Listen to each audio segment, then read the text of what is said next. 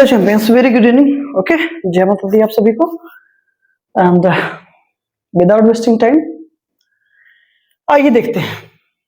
तो previous class में हमने देखा था कि अगर कॉम्पिटिटिव डिग्री के बाद हमको देन या टू मिलेगा तो ऐसे सिचुएशन में उस कॉम्पिटिटिव डिग्री के पहले दा नहीं लगता है, राइट।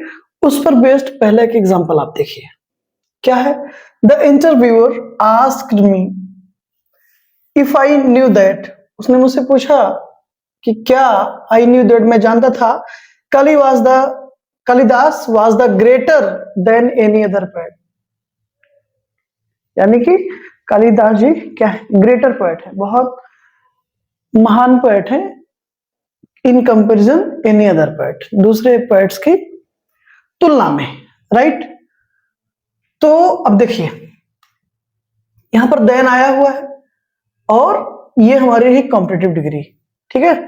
तो अगर कॉम्पिटिटिव डिग्री के बाद देन आए या फिर टू आए लैटिन कॉम्पिटिटिव्स के बाद, तो हम जानते हैं कि इसके पहले दा नहीं आएगा, अर्थात ये नहीं होगा ना। तो ये था हमारा क्वेश्चन सी वाले पोर्शन में, Kalidas was greater than any other poet. Clear. ये कब पूछा गया? पीओ एग्जाम 1996 में, ठीक। अब हम ये देखेंगे कि द प्लस कॉम्पिटिटिव लिखा गया है, यानी कि अब हम ऐसी सिचुएशंस में बात करेंगे कि जब कॉम्पिटिटिव डिग्री के पहले द आएगा। जी हाँ, ऐसी भी सिचुएशंस बनेंगी जब हमको कॉम्पिटिटिव डिग्री के पहले द लगाना होगा, ठीक है। आइए उसी पे बात करते हैं। तो पहला क्या लिखा गया? If there is a gradual decline in the development of two similar things, development यानी कि फिर डिक्रीज कह सकते हैं, आसान कर देता हूं। अगर दो समान चीजों में, सिमिलर थिंग्स मतलब दो समान चीजों में, ठीक है ना, या दो समान नाउन्स में कह सकते हैं, ठीक है, या दो समान चीजों में अगर हमको ग्रेजुअल साथ में ही धीरे धीरे उसमें इंक्रीज भी दिख रहा है, यानी कि कोई चीज बढ़ रही है, राइट, और या फिर क्या दिख रहा है, डिक्लाइन दिख रहा है, मतलब वो चीज घट रही है, कम हो रही है, ठीक है। तो अगर ग्रेजुअली दो समान चीजों में ग्रेजुअल को धीरे धीरे हमको एक साथ, देखिए यहाँ पे कहीं पे मैंने लिखा होगा, हाँ यहाँ पर देखिए, इट शोज दैट, ये हमें क्या दिखाता है कि one thing changes the other changes proportionally, मतलब एक चीज के बदलने से दूसरी अपने आप बदल जाएगी, ठीक है।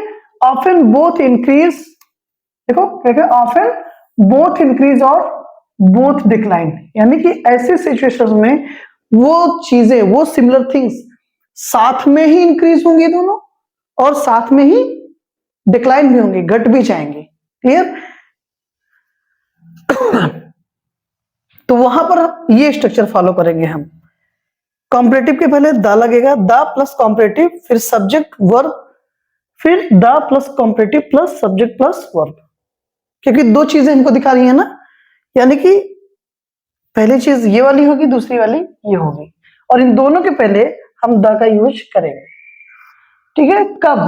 जब हमको इंक्रीज और डिक्रीज दिखाना हो, कब? दो सिमिलर थिंग्स में, दो समान चीजों में, ठीक है। कहने का मतलब अगर एक चीज में चेंज आया तो दूसरे में उसके अकॉर्डिंग चेंज आ ही जाएगा, ठीक।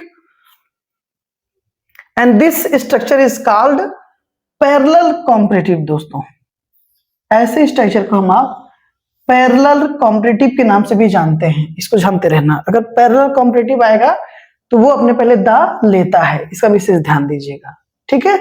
अब तमाम एग्जांपल्स इस पर लिखे गए, देखिए क्या लिखा गया। The older he gets, the older he gets the weaker he becomes, यानी कि जैसे जैसे वो क्या होगा, बूढ़ा होगा, वैसे ही क्या होगा, वो कमजोर भी होगा। यानी कि इसके कमजोर होना किस पर डिपेंड है? इसके बूढ़े होने पे। बूढ़ा नहीं होगा तो कमजोर नहीं होगा, बूढ़ा हुआ तो कमजोर होगा, यानी कि ये होगा तो वो होगा, वही चीज ना। वन थिंग इज चेंजेस, अगर ये हुआ, द अदर चेंजेस प्रोपोर्शनली, तो दूसरी चीज अपने आप होगी, ठीक। द लेस यू प्रैक्टिस, जितनी कम प्रैक्टिस आप करेंगे, लेस क्या है, लिटिल का, लिटिल लेस लीस्ट, लिटिल का कॉम्पिटिटिव डिग्री है, राइट। तो देखिए इसके पहले द लगा हुआ है, comparative degree the subject verb, comparative degree the subject verb, ठीक है, सॉरी सब्जेक्ट योर परफॉर्मेंस है यहां पर, सब्जेक्ट और वर्ब।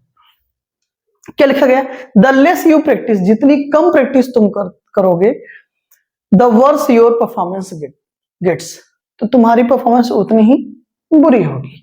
यानी कम प्रैक्टिस करोगे तो परफॉर्मेंस भी तुम्हारी गिरेगी, ज्यादा करोगे तो परफॉर्मेंस बढ़ेगी। यानी कि प्रैक्टिस ज्यादा तो परफॉर्मेंस भी बढ़िया, प्रैक्टिस कम तो परफॉर्मेंस भी कम, वही ना, दो समान चीजें एक साथ बढ़ेंगी या एक साथ घटेंगी।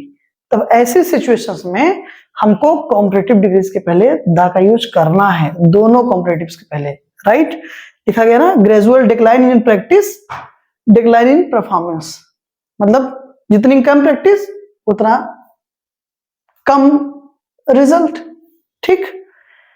The less you read the less you understand, जितना कम पढ़ोगे उतना कम समझोगे, यानी कि जितना ज्यादा पढ़ोगे उतना ज्यादा समझोगे, ठीक है। कम पढ़ोगे तो कम समझ में आएगा, ज्यादा पढ़ोगे तो ज्यादा समझ में आएगा, ठीक है।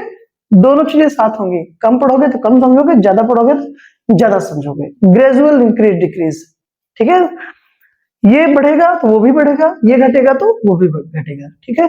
तो दो समान चीजों में अगर हम ग्रेजुअल इंक्रीज या फिर डिक्रीज देखते हैं तो वहां पर हम दोनों कॉम्परेटिव्स पहले द लगा देंगे, ये हमारा रूल कहता है।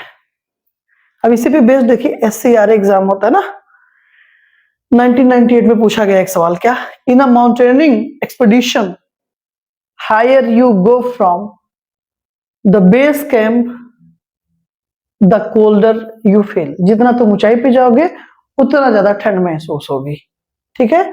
ग्रेजुअल इंक्रीज दिख रहा है, राइट, यानी कि धीरे धीरे जैसे जैसे तुम ऊपर जाओगे वैसे वैसे तुम्हें और ज्यादा ठंड महसूस होगी। तो यहां पर देखिए कॉम्पिटिटिव डिग्री द आया, लेकिन ये जो कॉम्पिटिटिव डिग्री है उसके पहले द नहीं लगा है, तो इसमें करेक्शन क्या था कि यहां पर इसके पहले क्या लगेगा दोस्तों, द लगेगा, ये था इसमें करेक्शन, ठीक है। तो इसको हम ए मान लेते हैं। इसके पहले हमने देखा था कि कब कॉम्पिटिटिव डिग्री पहले द नहीं आएगा, आज हमने देखा ऐसी कौन सी सिचुएशन बनेगी जब कॉम्पिटिटिव डिग्री के पहले द आएगा, उसमें से एक हमने देख लिया है। अब बाकी की बातें इस पर बेस्ड हम कल करेंगे, और जो भी और बातें इसमें रहेंगी वो भी आगे हम आप देखेंगे, ठीक है। Thank you so much for this class, take care, जय माता दी।